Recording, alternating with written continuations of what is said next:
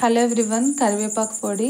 So ఇడ్లీలోకి, అన్నంలోకి and దోశలోకి అయితే చాలా బాగుంటుంది. వేడి వేడి అన్నంలోకి కరివేపాకు పొడి వేసుకొని కొంచెం నెయ్యి వేసుకుంటే చాలా టేస్ట్ అయితే వస్తుందన్నమాట. చేయడం అయితే చాలా సులువు.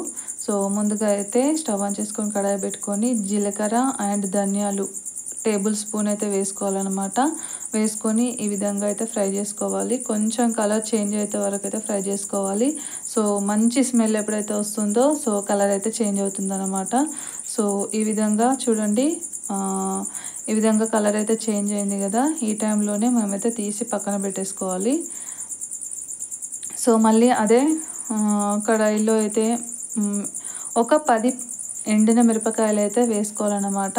సో మంచిగా వాటిని కూడా కొంచెం ఫ్రై చేసుకోవాలి. మరి ఎక్కువ అవసరం లేదు, కొంచెం ఫ్రై చేసుకొని వాటిని కూడా పక్కకు పెట్టేసుకొని కరివేపాకును కడిగి మొత్తం తడి లేకుండా అయితే ఆరనివ్వాలన్నమాట. తడి అస్సలు ఉండొద్దు. తడి ఉంటే మాత్రం పొడి ఖరాబ్ అయ్యే ఛాన్స్ ఎక్కువగా ఉంటుంది కాబట్టి తడి లేకుండా అయితే చూసుకొని దాని తర్వాతనే కరివేపాకు ఆకులను అయితే ఫ్రై చేసుకోవాలి. కొంచెం సిమ్లో పెట్టుకొని ఫ్రై చేసుకోవాలన్నమాట. చింతపండు కూడా ఫ్రై చేసుకొని పక్కన పెట్టేసుకోవాలి. ఇవన్నీ చల్లారిన తర్వాతనే మనము మిక్సీ జార్లో అయితే వేసుకోవాలన్నమాట.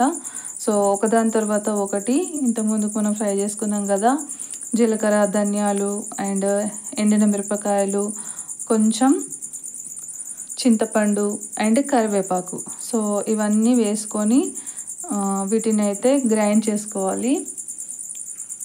సో గ్రైండ్ చేసుకునేటప్పుడు అయితే మనము మరీ మెత్తగా అయితే గ్రైండ్ చేసుకోవద్దు, టేస్ట్ ఉండదు. కొంచెం కోర్సుగా అయితే గ్రైండ్ చేసుకోవాలన్నమాట. సో గ్రైండ్ చేసుకున్న తర్వాత సర్వ్ చేసుకుంటే సరిపోతుంది.